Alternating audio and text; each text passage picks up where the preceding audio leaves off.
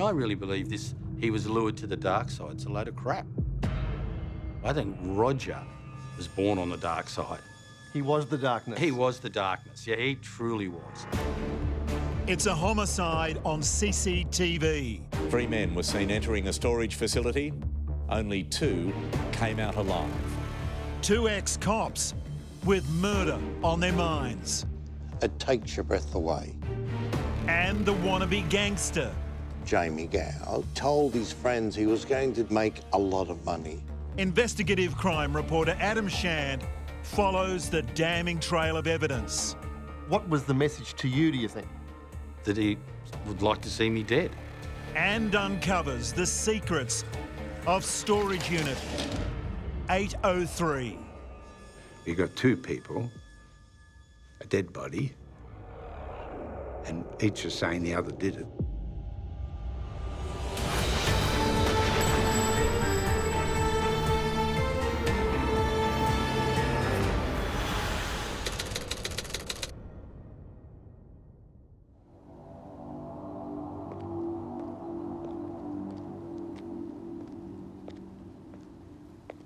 This is Rent a Space self-storage in Padstow in southwest Sydney. On Tuesday, May 20, 2014, a young man was murdered in cold blood inside this storage unit. The planning and the aftermath of the crime were captured in minute detail on CCTV. And from these images, New South Wales Police would painstakingly uncover what took place here and bring the killers to justice. 5 days after the murder, New South Wales Police took the unusual step of calling a press conference to say they feared a 20-year-old university student had been kidnapped. His name was Jamie Gow. I think there are people who must know what's happened to Jamie. It's possible that Mr. Gow was getting himself into some kind of trouble and indeed may have been getting himself in over his head.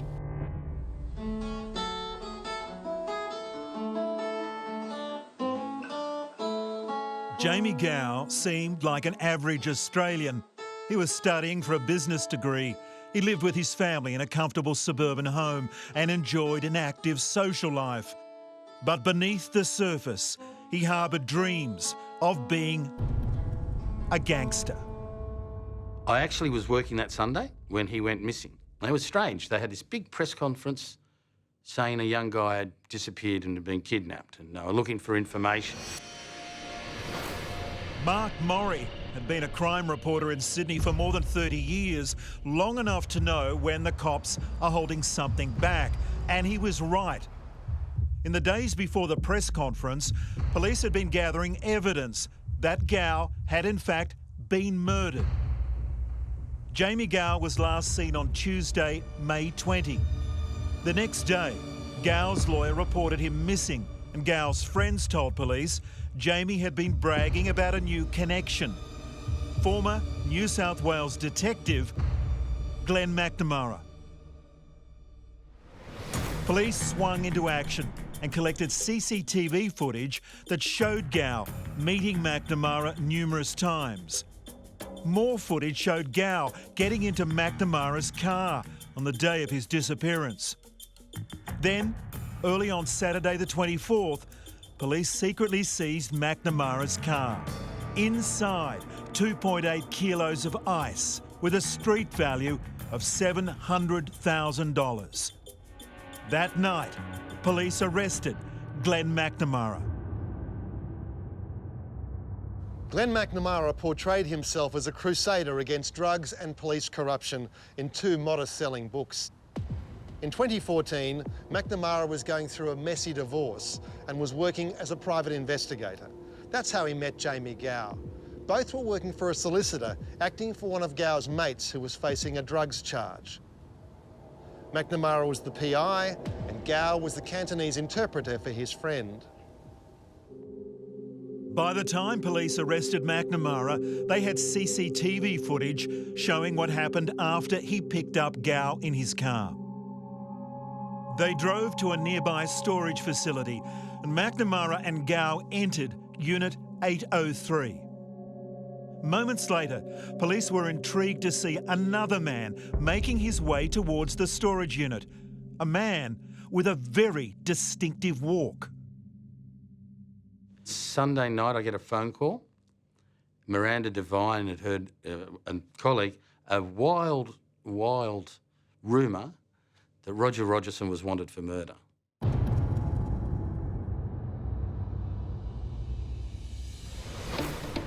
Rogerson's career in the New South Wales Police Force is steeped in infamy. At one time, he was the most decorated officer of his generation. I really loved the job. And look, you don't end up with 13 or 14 commendations. You don't end up winning the Peter Mitchell Award by sitting on your fucking ass. I mean, I got it from hard yakka. You know, I was a successful detective. Despite his achievements, he left the job in disgrace after killing 2 suspects in dubious circumstances.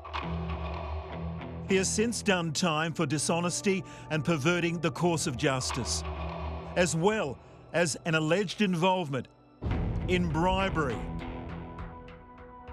assault, and drug dealing. With his name now connected to the murder of Jamie Gow, police raided Rogerson's home late Sunday night. Well, I'm Paul Kenny. I was Roger's solicitor from around about the year 2000 up until about 2015. Paul Kenny took a phone call during the raid. It was Rogerson's wife, Anne, on the line. I asked to speak to the officer in charge. There was a Detective Inspector, Mick Shee. Mick came onto the phone. I was asking what's going on, what are you looking for? I didn't know where Roger was. He eventually told me it was something along the lines of a kidnapping. I said, kidnapping? Like, kidnapping who? What's going on here? What's this all about? But he just wouldn't tell me. Police were looking for Rogerson in Sydney, but he'd flown to Brisbane, where he was staying with a former bodyguard, Mark Dixon, known as the Hammer. I was running a boxing gym in Redcliffe at the time, and we were having inter-club fights just on a Sunday afternoon, and I invited Roger up as a draw card. Get the crowd there and, you know, they could meet him, he could sell some books, things like that. He'd been up there since Thursday, I think, or Friday, staying at my uncle's place up the road. Paid for him to come up. He was going to fly home on the Tuesday. He did receive a phone call that night. We were sitting back at my uncle's place after the fights, and we were sitting out under the bunga tree of knowledge, as he calls it, having a few drinks, and he took a phone call and his vibe changed.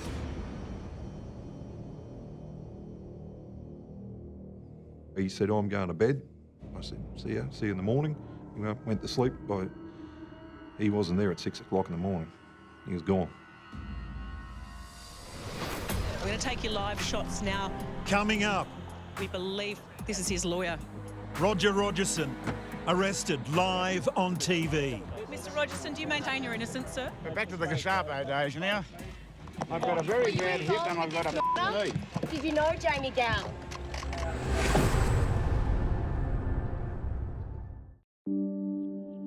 Jamie Gow was a 20-year-old university student with a sideline dealing drugs.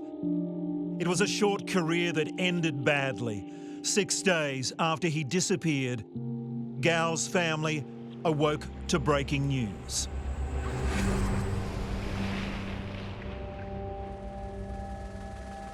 Just after dawn, off Cronulla, a body wrapped in a blue tarp floating on the ocean surface, believed to be that of missing uni student Jamie Gow. Gow was shot twice in the chest, near a tattoo that read, "Every saint has a past and every sinner has a future." Gow had dreamed of becoming a big-time gangster, and he thought that doing a drug deal with an ex-cop like Glen McNamara would be his moment to strike it rich. McNamara had already been arrested the previous day, and now police were after Rogerson. When I found out that Glen McNamara had been charged with murder, They wanted to get Roger back. So I just said, you know, I'll get him back here. Just leave it at that. So we just made some sort of tentative arrangement. I'd just bring him just into the Sydney Police Centre because that's closer to Central Court because I thought that's where he'd be going. And that was the arrangement. But it didn't quite play out like that.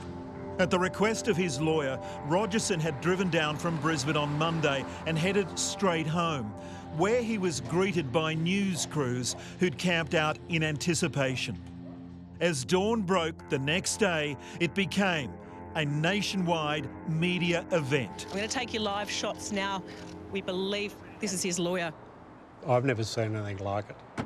There's that many media people and media vehicles coming, like all the way up his street. I was thinking, you know, what's going on here? You know, the whole thing was farcical. This is a very serious situation. It should be treated very seriously and not like some idiot situation like an A.J. Simpson situation. Rogerson arrived early this morning under the cover of darkness. He stayed holed up inside, skulking behind closed curtains. So I just went in and saw Roger just in his little home office and we just started having a legal conference. What was his demeanour? Well, he was just sitting there taking it in. We're just having a chat and next thing, police turn up banging on the door. And? They went into Roger's little office room and Roger's just sitting there. They told him he's under arrest and you saw the footage outside the place. It was ridiculous. Just a bit of space, come on. Roger Caleb Rogerson, under arrest. Mr Rogerson, do you maintain your innocence, sir? We're back to the Gestapo days now. In custody over a uni student's murder. Bundled into a police car, he was smiling, but he was still complaining. I've got a very bad hip and I've got a knee. I'm saying nothing at this point. Did you know Jamie Gow? So what was Rogerson's connection to McNamara? They hadn't worked together in the force, and nor were they friends, but they did share a sketchy reputation amongst their former police colleagues. What about McNamara? What do you know of him? You know, he supposedly turned whistleblower up at the Cross. He was as dirty as everybody, obviously. And about 4 weeks before the murder, Roger said, I'm working with this guy, Glen McNamara, you've got to come and meet him. And I never did. All I know is that other people kept saying to Roger, what are you doing with this guy? And Roger said, oh, mate, you know, you've got to give him a chance, you know. Your view is McNamara is not a person of credit. Oh, that's correct. Former Assistant Commissioner Clive Small shares a dim view of McNamara. McNamara was considering writing a book, as was Rogerson, and he met up with Jamie Gow. During that time, he also heard about the fact that Gow had possession of drugs. Basically, he put the word on Gow to buy drugs, and then he went and got Rogerson involved. Both McNamara and Rogerson were looking for money, and they agreed to buy, I think it was about 3 kilos off Gow.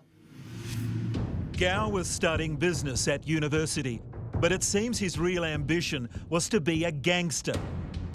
Gow told friends that the drug deal with McNamara was his chance to strike it rich and to forge an alliance with the triads in Hong Kong. Michael, great to see you. Thank you. We asked Michael Drury, a former undercover cop, to take a look at the footage that led to the arrest of McNamara and Rogerson, starting with the meeting between Gow and McNamara on May 19. This was the last of 27 such encounters. Within 18 hours, Gow would be dead. The Meridian Hotel in Hurstville. What are they doing here, Mick? We know that as an excited 20-year-old, he told his friends he was going to do this major business deal and make a lot of money. And he was dealing with a former police officer. He could trust this guy. McNamara had credibility in the mind of Gow to do the business.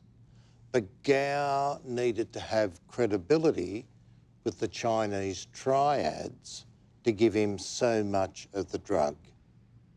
This was not a nickel and dime deal. Rogerson didn't attend any of the meetings with Gow, and on the day of the murder, CCTV captures McNamara's car driving to a meeting with Gow and his two associates.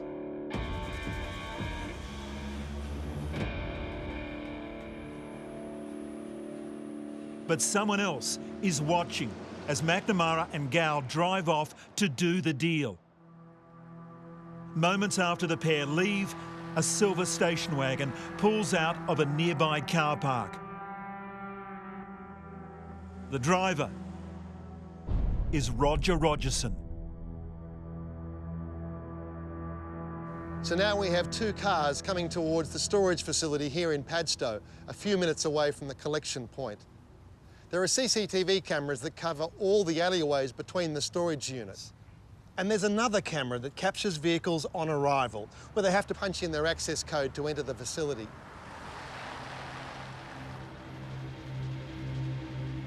So at this point, Gow is not concerned at all about what's going on. He thinks he's part of a deal going down. Oh, correct. He knew McNamara was a former police officer. So this is all part of the make-believe clandestine or secretive actions of this group. In the mind of Jamie Gow, it also includes him. This is McNamara's vehicle. What's he doing there? He's pulling up outside, seemingly so he gets a direct line into the shed. He gets out.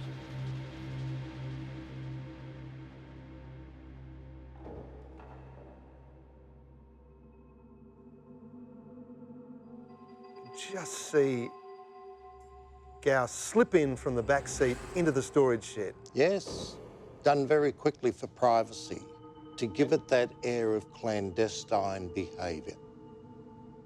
So we go on, and there's the silver station wagon.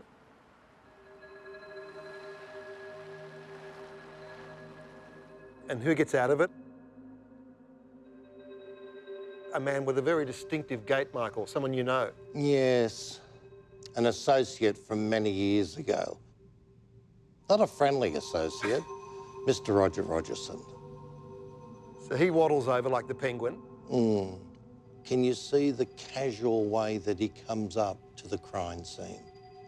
What you've got to remember is you've got a man in Rogerson who's just about to become involved in the murder of an individual. It takes your breath away. Next. And I brought it up and I fired one shot. Was Rogerson ever a good cop? Fairly quickly after that, the second shot. Or was he just born bad? Did you think you were about to die? That night, yes.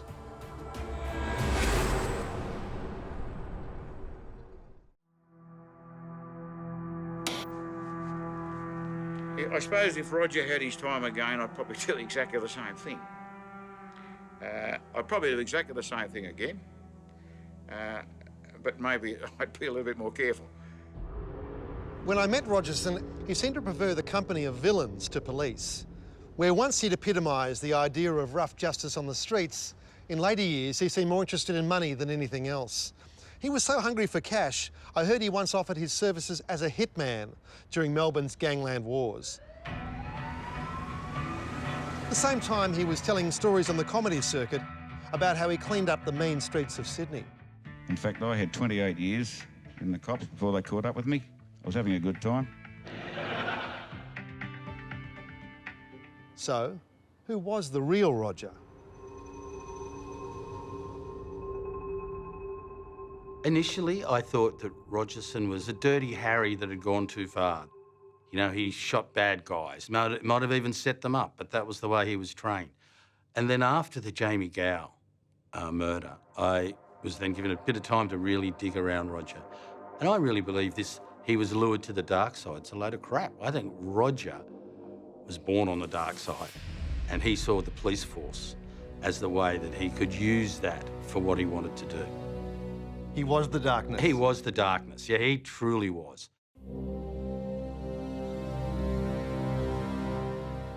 Former New South Wales Assistant Police Commissioner Clive Small thinks the rot set in when Rogerson arrested career criminal Nettie Smith in 1976. The crim and the cop became firm friends. He was steered away from robberies and towards the drug trade. And Nettie Smith went in it with a fervour with a lot of people in the drug trade knowing that he was supported by Rogerson. And ultimately, he told tales out of school about Roger. Absolutely. Probably the most notable incident was the case of Warren Lanfranchi. On June 27, 1981, Nettie Smith brought drug dealer Warren Lanfranchi to this lane in Sydney's Chippendale to meet Roger Rogerson. Smith later claimed that Lanfranchi wanted to negotiate a secret payment to Rogerson to avoid being charged over a drug matter. Rogerson claimed that Lanfranchi was robbing banks. And because at that point of time, he then suddenly just backed around and pulled this gun out from these very tight trousers. And as he was bringing it up, I realised this bloke's going to shoot me. He didn't bring Lanfranchi in, he shot him dead on this street. So I reached behind for my gun, and of course I didn't mess around, and I brought it up and I fired one shot, and then fairly quickly after that, the second shot.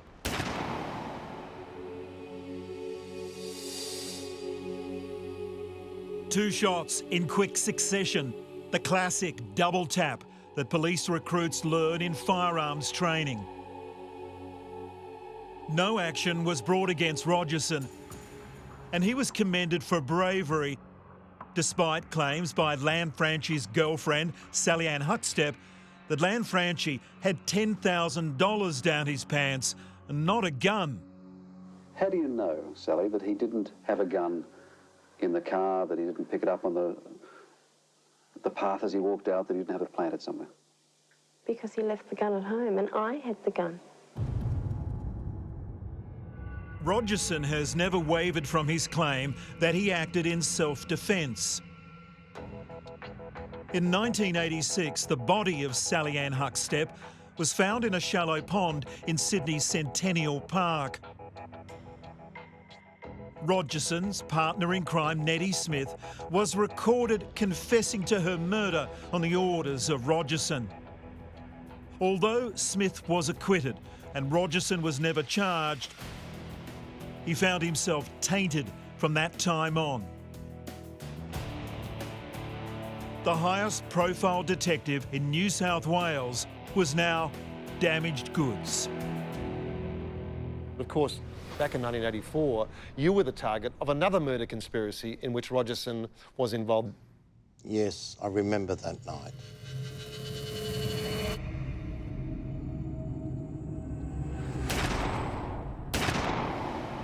Detective Mick Drury had been washing up in the kitchen of his Chatswood home when the gunman fired twice at close range through the window.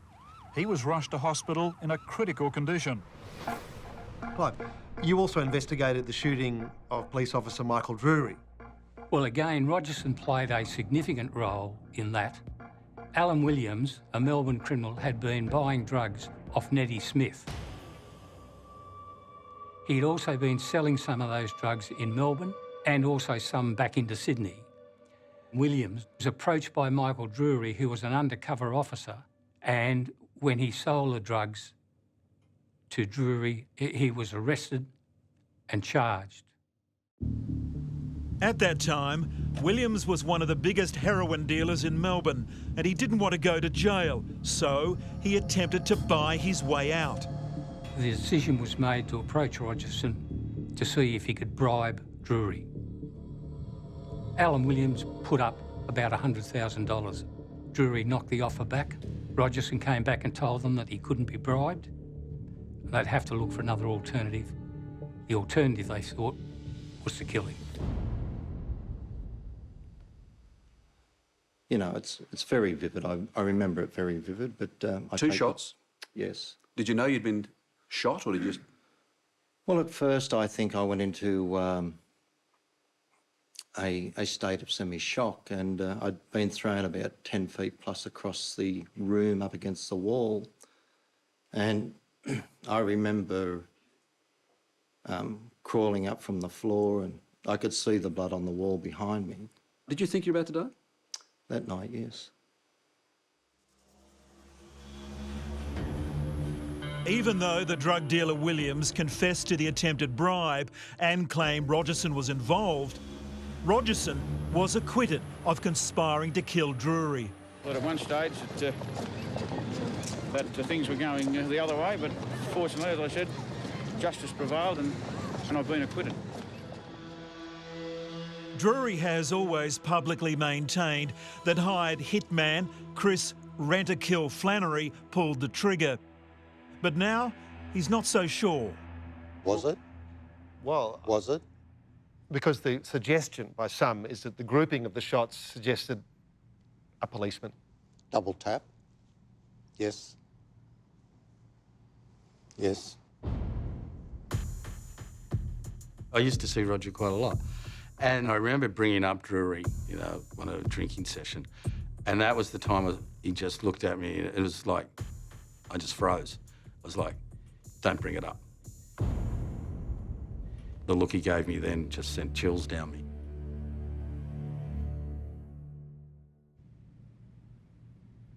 Does that colour your views about Rogerson at all? No. It has put me on a path of almost 40 years of educational development, understanding these people as to why they do this type of thing and how they live with themselves. The ability to show absolutely no remorse towards the family of this young boy that they've murdered. Absolutely no remorse whatsoever.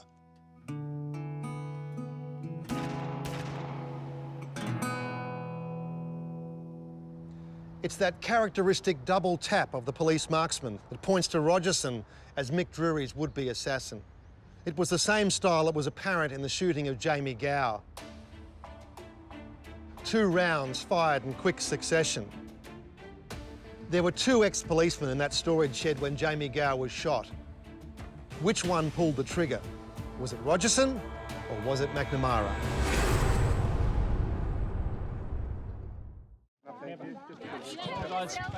Did you kill Jamie Gow? Solicitor, I'm saying nothing. Roger Rogerson and Glen McNamara were both arrested and charged with Jamie Gow's murder in May 2014. They spent the next 52 days sharing a cell in Sydney's Silverwater jail. Both were on the scene when Jamie Gow was shot dead, but only they knew who pulled the trigger, and Roger Rogerson was determined to control how that story was told. I'm Charles Waterstreet. I'm a barrister at law, and I've been practising, although not at the moment, for 45 years. Charles Waterstreet was Glen McNamara's barrister.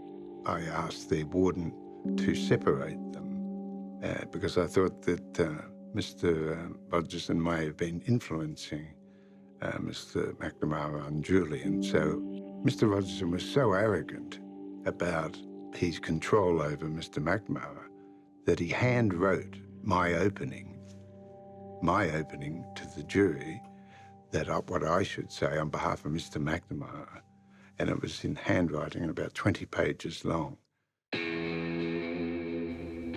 This is what Rogerson wanted the jury to believe. He came to Storage Unit 803 for innocent purposes. He told his wife from jail that he only entered to see what was happening and to offer a bit of fatherly advice to McNamara. Rogerson was concerned that McNamara had gotten mixed up with Gow. As the door was raised, Roger said he saw McNamara as white as a ghost and Jamie Gow, who lay dead on the floor. In the world, according to Rogerson, he said McNamara claimed that Gow pulled a gun on him and a struggle had followed. McNamara then said that in the middle of the struggle, he was able to grab hold of Gow's hand and twisted the gun around. It went off twice. Gow shot himself in the chest. So that's Rogerson's version. Gow manages to shoot himself twice in the struggle before Rogerson even enters the shed. McNamara, when asked for his recollection, gave a completely different account. In McNamara's version, he was inside the shed with Gow, waiting for Rogerson to arrive to do the drug deal. Rogerson lifted the door, entered the shed, produced a gun, pointed it at Gow and shot him twice. Rogerson then turned the gun on McNamara and said, "I'm going to kill you if you talk, and think of your lovely daughters." And that phrase, "think of your lovely daughters," was a phrase that he often used as a veiled threat should McNamara, stray from the handwritten opening that he had prepared so carefully for me. So there were two very different versions of what went on inside Storage Unit 803. But here's a fact. After the shooting, gunshot residue was found on Rogerson's clothes, including inside his trouser pocket, which suggests that he'd very recently fired a gun. McNamara also claimed that Rogerson had threatened him. But let's see what the video evidence suggests.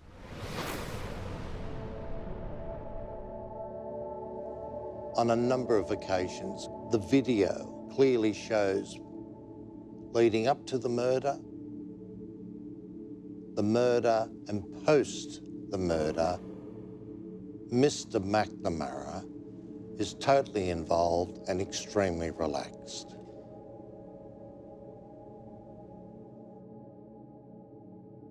Minutes after Gow was shot dead without warning, as McNamara claims, one moment is particularly damning. So now McNamara comes out and gets the surfboard cover. The surfboard cover McNamara collected from home. It belongs to his daughter. So one would suspect that that surfboard cover was there to put the body in. There was no surfboard inside it. Yes, it was part of the pre-murder planning.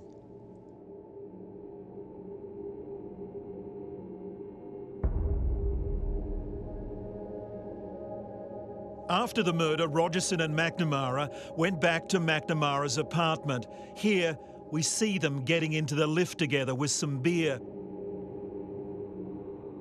McNamara does not appear to be a man under duress. They're a bit later filmed with a six-pack.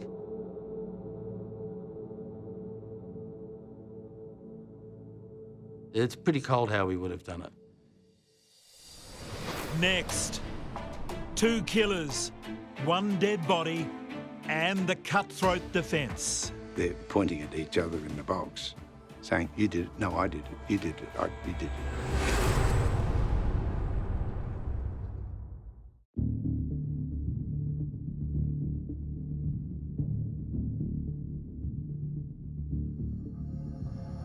The partnership between Rogerson and McNamara did not last long. By 2015, the killers were blaming each other. In a taped phone call to his daughter Lucy, McNamara said that he'd had no choice but to go along with Rogerson. Despite the damning video evidence, he was trying to reassure his daughter that he was no cold-blooded killer. Didn't do a thing. No. You protected your own life. That's not a crime. Yeah, you're allowed to do that. You know, I'll beat it. Yeah. I'll beat it because we didn't do anything. You yeah, know? I know. We didn't do anything. McNamara is a desperate, desperate man, and his family, they're desperate. And they must be desperately wanting to believe that their father was lured into this by Rogerson. You know, no one wants to think that their father is that evil. In March 2015, both accused men pleaded not guilty to the murder of Gow and not guilty to supplying 2.78 kilograms of ice. The CCTV appeared to show both men working together, yet their only hope at trial would be a cutthroat defence. Cutthroat defence is where you've got two people, a dead body, and each is saying the other did it. So they're actually pointing at each other in the box, saying, "You did it, no, I did it, you did it, you did it, you did it." That's a cutthroat defence. As a leading Sydney barrister, Charles Waterstreet is no stranger to high-profile cases. This was one case, though, that Charles Waterstreet would not be on for long. The trial was only into its second day when it was abruptly aborted following Mr. Waterstreet's opening address. In the address, Waterstreet had made a reference to Roger Rogerson killing 2 or 3 people when he was in the police force. Comments the judge believed had the potential to prejudice the jury. The judge also reacted negatively to a couple of social media posts by Waterstreet. It's a great tragedy in Mr. McNamara's life, and I take some responsibility. And I was very confident that we would win with all this accumulated knowledge that went to water because it just couldn't be passed on. McNamara scrambled to assemble a defence team to face a new trial without Waterstreet. Roger Rogerson told the jury Gow had pulled a gun and wrestled with Glen McNamara, accidentally shooting himself in the chest. McNamara told the court it was Rogerson who shot Mr. Gow without warning. Rogerson alleged McNamara warned this place is going to be swarming with Chinese assassins. Boasted of having shot people. Rogerson denied he threatened McNamara's daughter Jessica. Both admitted they dragged the body out of the unit. The body ended up off the coast of Cronulla. If they stuck together, they'd be all Roger right. Rogerson and Glen McNamara were once mates, but their falling out has been breathtaking.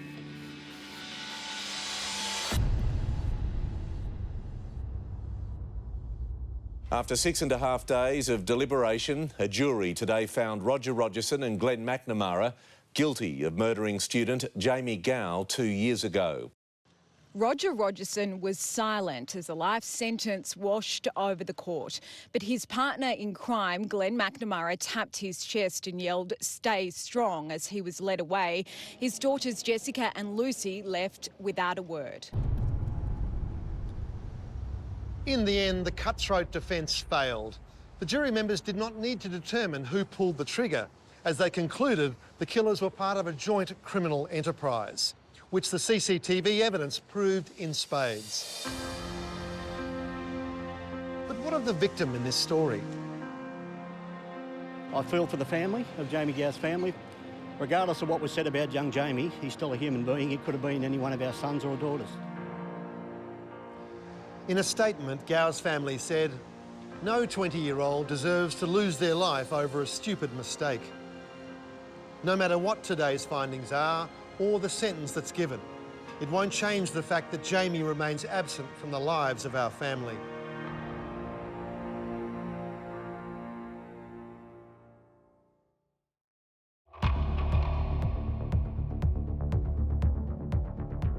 When Rogerson was found guilty, Mark Murray wrote a story detailing Rogerson's role in Gow's murder and his links to nearly a dozen unsolved murders.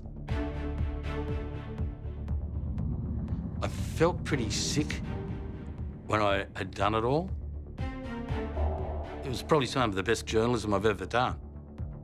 But I didn't have this elated feeling. When I saw it, I'm just going, it was a bit of an empty feeling because I had got to like him. Not hugely, but I liked him.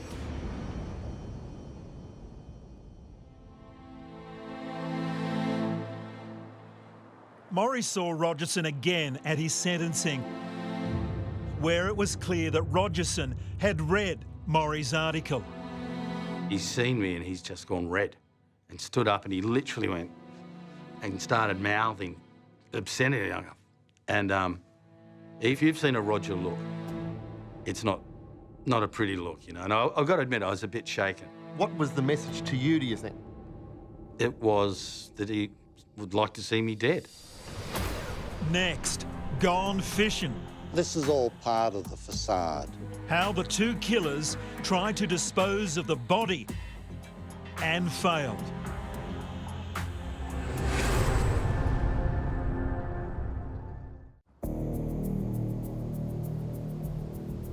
Roger Rogerson and Glen McNamara are both serving life sentences in Sydney's Long Bay Jail. Rogerson will probably die here. It would have been much harder for the police to convict the pair without a body. And were it not for the killer's own stupidity, Jamie Gow's corpse would never have been found floating in the waves off Cronulla. On the morning after the murder, CCTV vision shows the two men in the lift at McNamara's apartment block, seemingly off on a fishing trip. In reality, they're about to dispose of Jamie Gow's body. I can't see the bait. I can't see the box of sinkers and hooks. Well, this is all part of the facade. But it's also where the plot begins to unravel, because anyone who knows Roger Rogerson will tell you that he always talks about how you dispose of bodies. You can't just drop a body over the side because it will rise up. And yet, that's exactly what happened. After murdering Gow, they stored his body in a boat. Then, the next morning, they took the boat out to sea.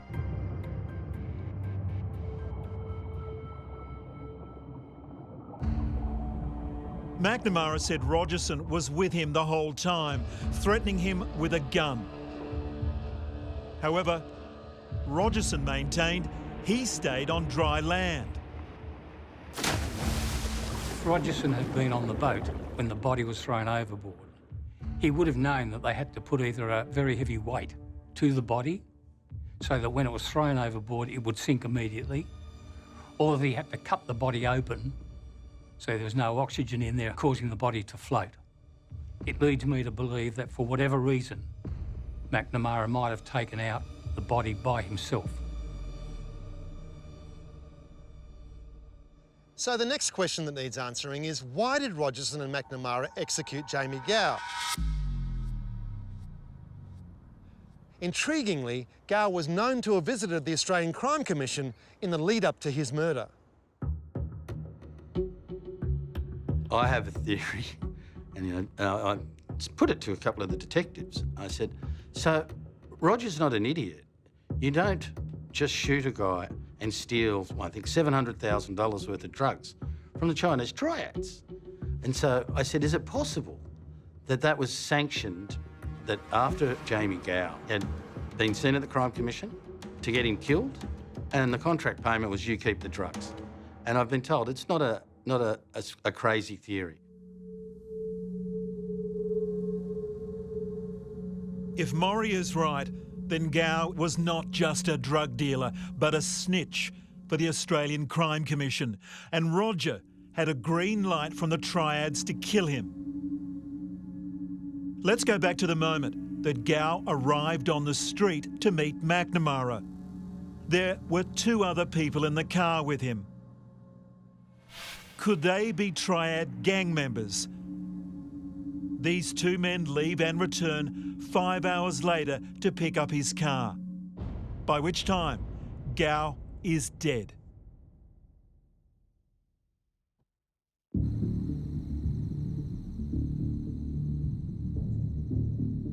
It's now dark. Jamie Gow's vehicle that he drove there is still there on the corner. But now we see them walking up there, two young men. They have no drugs, no driver, obviously Chinese. Now they're driving off in his vehicle. What happens to these two characters? They leave a couple of days later through Sydney International Airport for Asia, I believe Hong Kong. They're out of the country to get rid of the connections. It's my belief that Roger Rogerson is the most evil man to ever wear a police badge in New South Wales. He relished that notoriety. He even called his autobiography The Dark Side. Here at Long Bay Jail, Roger is housed in the Kevin Waller unit for aged and frail prisoners. It's not because he's frail. It's because authorities fear that he will manipulate and exploit younger, more impressionable inmates to do his bidding. I'm very ashamed to say that McNamara and Rogerson, they were members of the New South Wales Police Service. I have always been a member of the New South Wales Police Service. These two individuals, they betrayed the people of New South Wales. They betrayed every decent police officer in this state. And believe you me, there are some wonderful police officers in our community. And what these two did, only God can forgive them at the end of the day, because I can't.